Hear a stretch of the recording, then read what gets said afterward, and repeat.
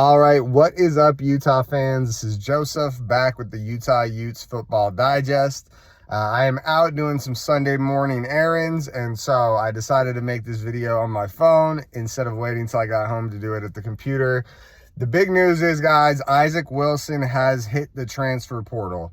I know a lot of people are going to have a lot of opinions. Before we dive into it, smash the like button, guys. That'll help get the video out to more Utah fans. Also, comment down below. What do you think? Is this, I'm sure some people have very strong opinions about this as a big negative. I've noticed from the narrative that it is like, hey, Isaac Wilson was one of the biggest gets we've ever had, and we just screwed it up. I'm going to give you guys my take here in a second, but I want to know what everyone else is thinking. And if you haven't already, subscribe to the channel, whether that's on Twitter or YouTube. We put out a ton of Utah Utes football content, so make sure you stick around for the ride. We have a ton of fun. It's a great time, so make sure you're a part of it. So now I want to give you guys my thoughts. So Isaac Wilson coming in had a lot of hype, a lot of potential, and a lot of excitement. And I think a lot of Utah fans may be giving this unrealistic expectations. And what I mean by that is go look up how many four-star quarterbacks enter college football every year. And then go look at how many of them actually become good starters. Believe it or not, the number is pretty low, especially in the P4. A lot of these guys, even 5-stars, sometimes just wind up sitting behind people. And the reason I'm bringing this up is that I think the ceiling with what Isaac Wilson could be is so exciting for so many people. But I also got to be honest with you guys, with what we saw this year with Isaac Wilson's play, I was not optimistic that was going to happen anytime soon. I mean, guys, we're talking about just some of the worst 4 to 5 offensive series I've seen in a long time. And sure, the stats are bad. It's like 10 touchdowns, 11 picks, and some damage on the ground, but nothing crazy. And I think a lot of people are acting like we failed Isaac Wilson. Guys, I was a huge critic of Andy Ludwig for a long time, and I think Bajakian sucked. I right when we hired Bajakian, go back and watch the video, I said that the Bajakian's numbers heading into this look terrible. This is not a guy that I am optimistic to be the OC of the future, and it kind of bummed me out for what the rest of the season was going to look like. Anyways, I don't want to get too caught up on that, but with my opinion, guys, I wish Isaac Wilson nothing but the best. But what we saw from him last year gives him absolutely no entitlement to be here or be a starter for the future, guys. Yes, he was a freshman, but it felt like you needed to go square one, break it down to the roots, and figure out what was going on. Guys, 4 or 5 drives in a row, multiple games where he is just gun shy, not willing to do it. And when he did, it would be erratic overthrows and just ugly passes. And the crazy thing, this 10 touchdowns, 11 picks, as a Jets fan as well as a Utes fan, go look it up. Someone go check my data here. I swear to God, Zach Wilson had a stat line for the Jets that was that exactly. I didn't look it up before this video, but I remember. It was like 10 touchdowns, 11 picks. And look how that story went down.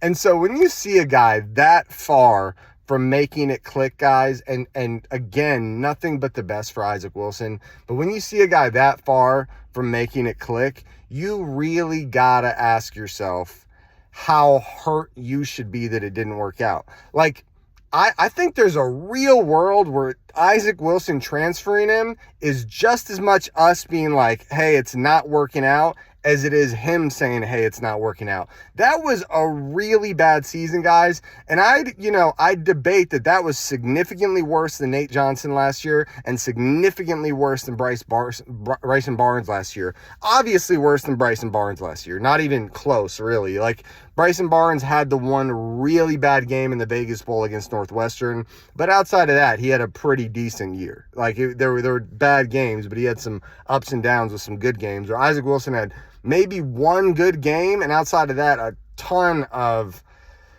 heartbreak and just tough to watch play. So I want to know what everyone's thinking. I think this is probably the right move for both parties. I don't see a huge future here for Isaac Wilson, and I think that was probably hard for him to come to terms with. It's hard for the fans to come to terms with, and it's hard for, the coaching staff to come to terms with as well. I think they wanted this to work, but hey, it wasn't there. Isaac seems like he wants the immediate opportunity, which good for him, but just being honest with him, on the off chance that he's watching this video, I think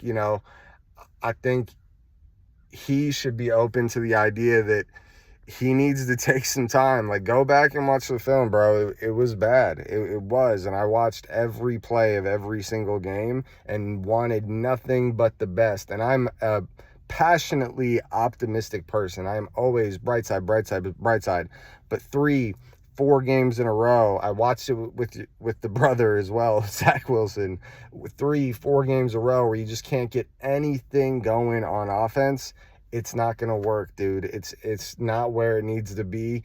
And Isaac, you need a year. The team needs a year for you to sit down and make it happen. So I hope wherever he does wind up, that he does get the time to sit there, recalibrate his decision making, and really don't blame this on Utah. Isaac, if you're watching this, don't blame this on Utah for screwing you over. You had a bad OC, just being honest about it. Andy Ludwig wasn't the guy. I was never a fan. It's funny, so many people flipped the script that I was calling Andy Ludwig out like 2-3 years ago, and some people are now acting like I got in like arguments with important media people for Utah, like on Twitter, about Andy Ludwig a couple of years ago, and then this year they're all against Andy Ludwig, and it's like, okay, cool, great. I call the shots as I see them. Isaac, you weren't ready.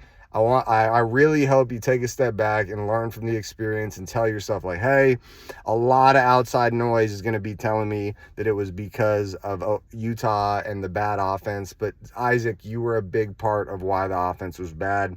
That's not a shot at you. It's just, it's a statement that tells you, take your time and learn from the mistakes. Don't blame other people. I mean, everyone watching this video can probably relate. How much of the good in your life comes from pointing the fingers at someone else? If Isaac was that good, he would have overcome the situation. And even if he was decent, it would have been a lot better than what we had. So that's kind of my thoughts. I won't touch on this anymore, guys. Before we get out of here, smash the like button. That'll help get it out to more Utah fans. Also, comment down below. What do you guys think about Isaac Wilson? Is this the right move for both parties? Did we screw this up? Is this immature by Isaac? I want to know what you guys are thinking. And also subscribe to the channel if you haven't already. We put out a ton of Utah Utes football content, so make sure you're around for the ride. I am out of here. Go Utes.